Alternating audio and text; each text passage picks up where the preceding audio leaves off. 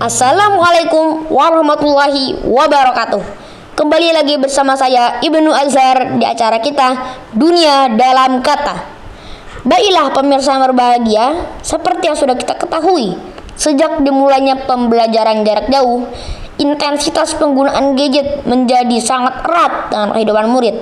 Hari ini kita akan mengupas lebih jauh mengenai dampak penggunaan gadget terhadap murid, seperti yang ditunjukkan pada cerita bergambar berikut ini. Cerita bergambar ini menunjukkan seorang anak yang sedang memilah-milah informasi. Ini adalah salah satu contoh sikap yang patut untuk kita tiru. Mengapa? Karena tidak semua informasi yang kita dapat itu benar. Maka kita harus menyaring informasi yang kita dapatkan. Hari ini kita telah kedatangan narasumber kita, Dr. Ramadan. Dr. Ramadan ini adalah salah satu orang tua dari murid yang sedang menjalankan pembelajaran jarak jauh dan berprofesi sebagai dokter. Selamat siang, Dok. Selamat siang. Apa kabar? Alhamdulillah baik. Alhamdulillah, Dr. Ramadan sudah bisa menyempatkan waktunya untuk hadir di acara ini. Nah, Dok, seperti yang sudah kita ketahui, sejak dimulainya pembelajaran jarak jauh ini, intensitas penggunaan gadget ini sangat tinggi ya. Ya. Dan penggunaan gadget ini sangat erat dengan kehidupan murid. Nah, hari ini kita pengen bertanya nih Pak, apa saja dampak penggunaan gadget terhadap murid? Ya. Oke, menurut dokter ini apa saja hak-hak anak dalam menggunakan gadget selama PJJ? Menurut saya hak anak dalam PJJ ini adalah mendapatkan fasilitas ya. Contohnya alat bantu seperti gadget, gawai ya atau komputer, tapi harus disertai juga dengan koneksi internet yang optimal ya, karena dalam streaming ini kan dibutuhkan juga koneksi internet yang stabil sehingga supaya proses belajarnya ini bisa lancar. Kemudian anak juga berhak mendapatkan pendampingan dan bimbingan dari orang tua, di mana orang tua juga berperan sebagai pelengkap guru sebagai yang memberikan materi-materi pelajaran. Nah, setelah tadi kita sudah membicarakan tentang hak, sekarang kita pindah ke kewajiban nih. Menurut dokter, apa saja kewajiban anak yang tutup selama pembelajaran jarak jauh? Ya, kalau kewajiban anak otomatis dia harus mengikuti proses belajar mengajar secara maksimal, kemudian menyelesaikan tugas, mengerjakan ujian. Di samping itu juga sama seperti sekolah pada umumnya datang ke sekolah, dia juga harus mempersiapkan sebelum proses belajar dimulai ya, alat tulisnya ya, kemudian waktunya sebelum waktu dimulai. Anak juga wajib sudah mempersiapkan semua secara total. Dalam pembelajaran jarak jauh ini ada tanggung jawab orang tua dan tanggung jawab anak. Menurut dokter, apa saja tanggung jawab orang tua dan anak dalam pembelajaran jarak jauh? Ya, tanggung jawab orang tua jelas adalah untuk mengawasi dan membantu anak ini sehingga mendapatkan pelajaran semaksimal mungkin. Sedangkan anak otomatis tanggung jawabnya adalah mengikuti semua tugas proses belajar mengajar ini dengan aktif. Saya rasa itu. Oke.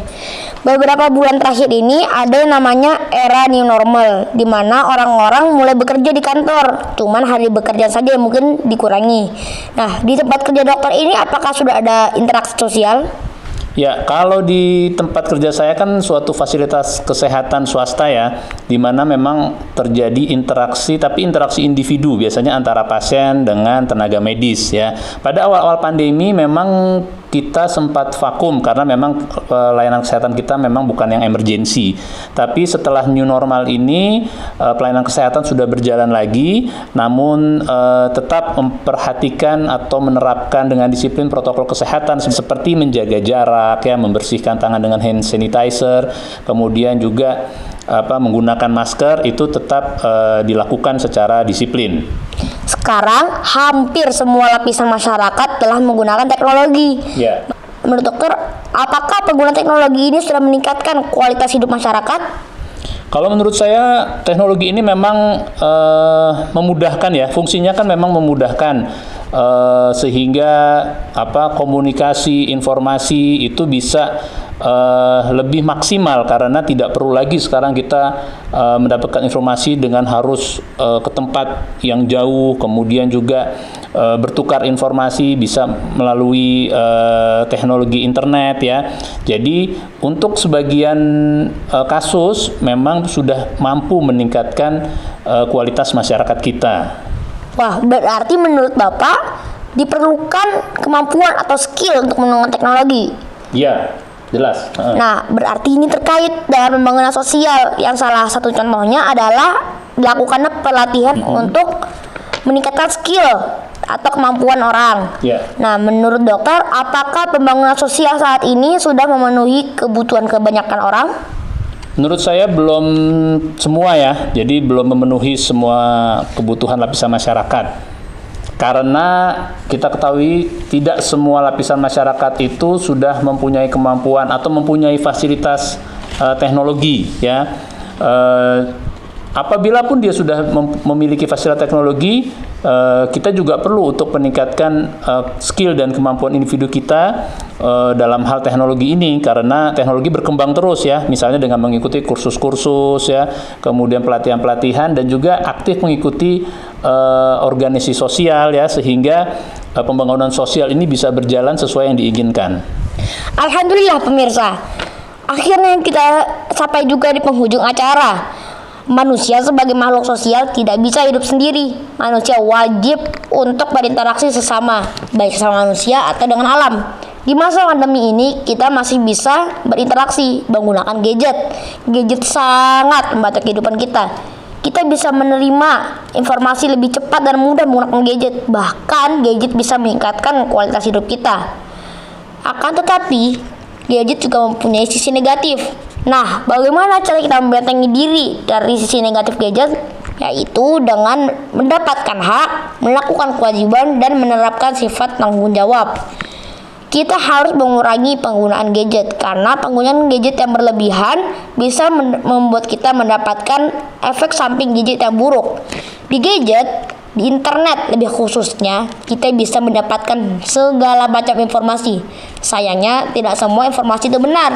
Manusia diberi Allah tubuh yang pelengkap, seperti yang sudah dituliskan dalam surat At-Tin. Misalnya, jika kita mendapatkan informasi, kita diberi Allah tangan, mulut, dan telinga untuk mencari tahu apakah informasi ini baik atau buruk.